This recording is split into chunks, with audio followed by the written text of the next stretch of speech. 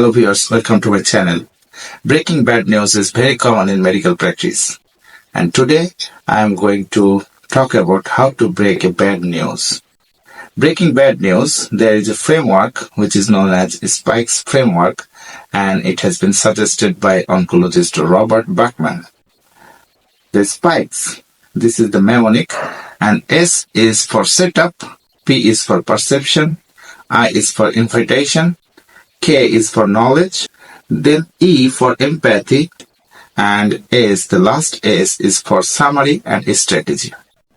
Setup means finding the right place and time to break the bad news. It should be quiet place, free of distraction, should have eye-to-eye contact with the patient. And the perception means to understand, to ask what patient already know about his disease process or about his condition. And the invitation is to invite patient whether he wants to know more or in details. Then comes knowledge. It means delivering information to the patient. And this knowledge should be delivered to patient in a very slow and steady manner. Then E for empathy. In this section, we should be empathetic to patient's emotional response, and we should answer any of their questions. Last, we have to summarize the whole thing to the patient. So let's have a look at example. I'll be talking to a son of a patient with laryngeal cancer. I will be breaking bad news of laryngeal cancer to the son. So let's see. Hello, I'm Dr. Alberuni, one of the NT doctors of the clinic today. If you don't mind, what's your name, please? I am Alam. Nice to meet you, Mr. Alam. I guess you are Mr. Jaman's son, right? Yes. Could you please confirm his date of birth, please? 26 September 1964. Okay. So I have arranged this meeting with you to discuss your father's condition.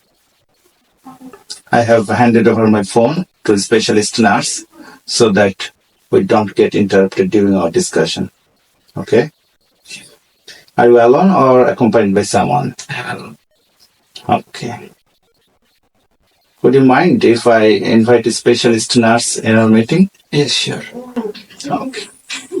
So, Mr. Alam, I was just wondering what you already know about your father's condition. If anyone of our clinic has told you about your father's condition.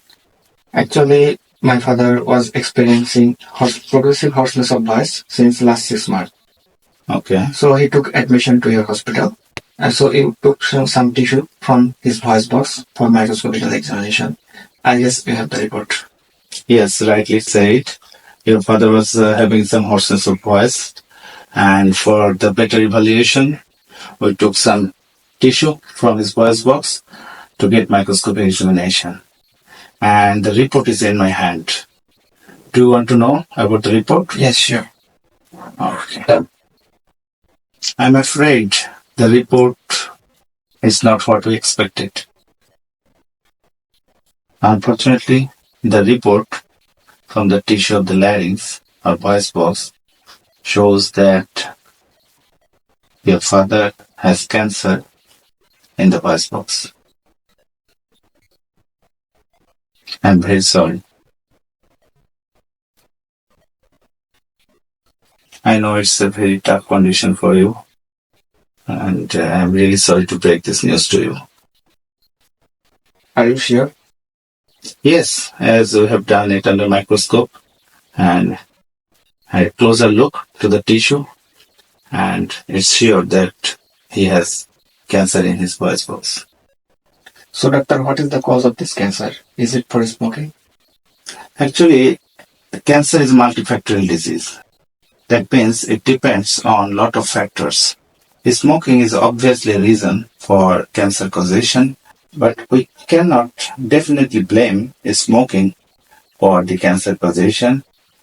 At present, what you can do, not to blame anything, but to look forward. Yes. What is the stage of this cancer? The cancer is still in its early stage. That is the good side of the cancer, and there is high possibility that we can treat it. So, doctor, what's next? How will you treat it? Next, we will discuss your father's case in the multidisciplinary head neck cancer team. It will consist of different faculties like the ENT specialist, the cancer specialist, the radiologist, the pathologist, that means the doctor who examined the tissue under microscope. Different faculties will be involved, and we will decide the treatment plan. But at present, I can say that as it is a very early stage cancer, we have two options, either radiotherapy or surgery. Both are curative, hopefully. So, doctor, how it will affect his voice? Will he lose his voice?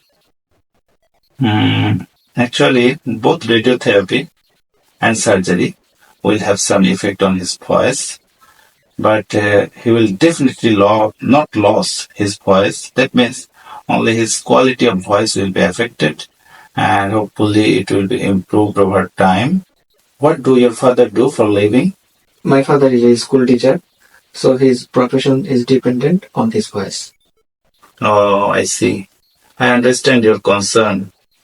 But as I have mentioned, that any of the option, either radiotherapy or surgery, will affect his voice to some extent, but he will not completely lose his voice, as it is early stage cancer. And we will arrange another meeting with you after the multidisciplinary team meeting.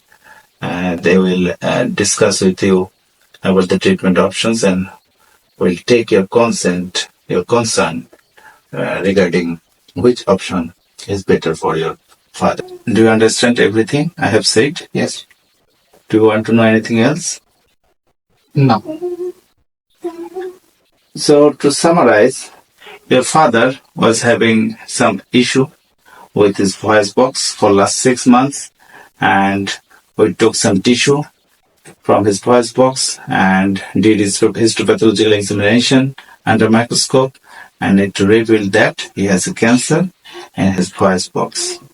And next, we will discuss your case in the multidisciplinary team meeting, and they will decide the treatment option which is best for him. And we will arrange another meeting with you after the multidisciplinary team meeting. You will be given the leaflets containing all the information, and you will also be given our contact details so that you can keep in touch with us in any necessity. Whatever happens, we will not let your father down. We are always with him. Thank you. Thank you.